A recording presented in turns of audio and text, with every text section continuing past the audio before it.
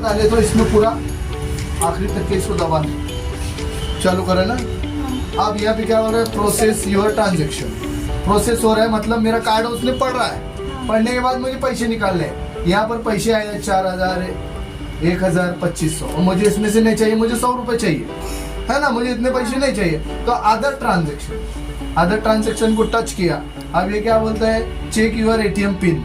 मैं पिन नहीं डाला, अभी मुझे चेक नहीं करना, मुझे पैसे निकालना है, विड्रॉ करने हैं। विड्रॉ निकालना है यानी विड्रॉ करना है। कितने निकालना है मुझे, 100 रुपए निकालना है। 3 अकाउंट रहते, एक current account, saving account, credit account. तो मेरा सेविंग अकाउंट है, सेविंग अकाउंट है, हाँ ऊपर कर दे रहा। सेविंग अकाउंट है, मुझे इसमें से 100 रुपए निकालना है। अब मैं यहाँ पर 100 रुपए लिखूंगा, 100 रुपए। अभी कंफर्म करने के बाद में मैं पिन डाल देगा। ये क्या पूछ रहा हूँ मैं, press your after inter pin.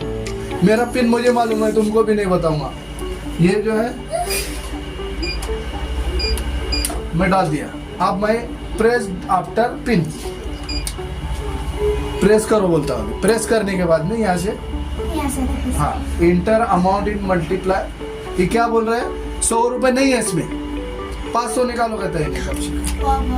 हाँ फिर ठीक है, मैं 500 भी निकाल को दिखाता। वैसे ही करेंगे, इसके अंदर 100 रुपए नहीं आते, अपन 500 निकालेंगे। 500 निकालने के लिए मैं 500 दबाऊंगा यहाँ पर। Other transaction, withdraw cash, saving, इधर 500, कंफर्म। अभी कंफर्म बोले बाद मेरा पिन दबाने 1, ठीक है। अभी ट्रांजेक्शन हो रहा है यहाँ पर। जो है आज हम ATM से पैसे किस तरह निकालना, ये अब यहाँ पर हम सीख रहे हैं ATM से। Please collect your card and wait for cash.